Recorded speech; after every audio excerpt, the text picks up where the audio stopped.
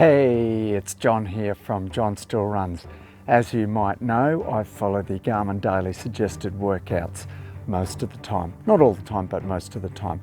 And today I'm about to go for the long run, an hour and 40 minutes. It's actually tomorrow's. Today's was supposed to be a quicker run, but I'm still recovering from a bit of a hamstring niggle.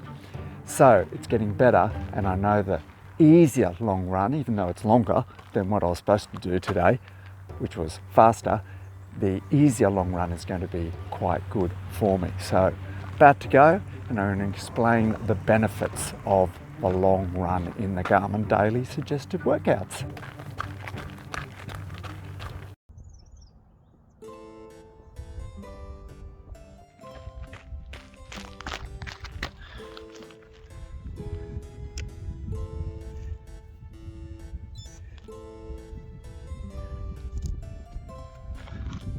I'm plugged in.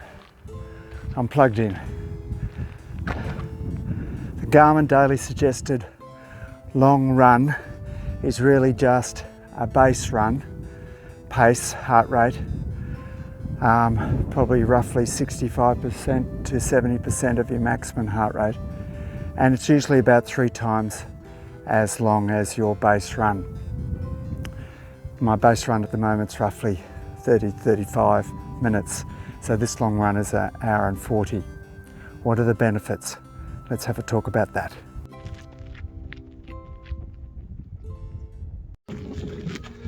So what are the benefits of the long run? Well, you probably know some of them. One of them is that it develops your ability to store glycogen. Glycogen releases carbohydrates turned into sugar, which powers your muscles.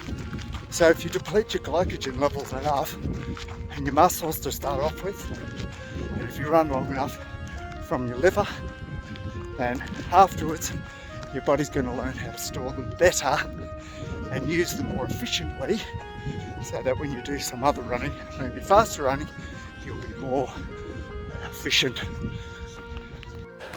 Some cows, very efficient at producing milk. I think, yes, they're dairy cows. And while we're on the topic of energy systems, what about the metabolism of fat? We've all got oodles of that. Even if we look skinny, we've still got heaps of fat to supply energy for a long time. But it's difficult for the body to metabolize unless it gets a bit lower in glycogen. So deplete the glycogen levels and you'll start metabolizing, oxidizing fat into energy, which is going to be really beneficial in some of your runs and races that maybe include a marathon, half marathon.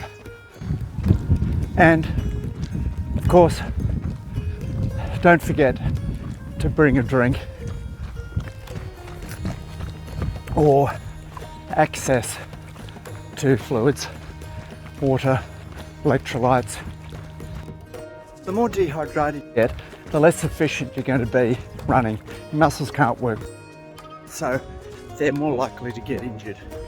If you get low in fluids, your muscles will cry out, and you will too probably. So drink up and toughen those fibers, those muscle fibers, those connective tissues with the long run. Don't break them down.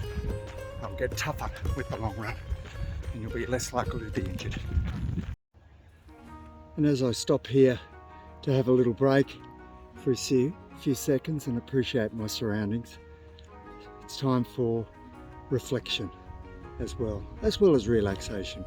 Reflecting on life, where it's been, where it is now, and where it might go in the future. The long run, a great time to reflect.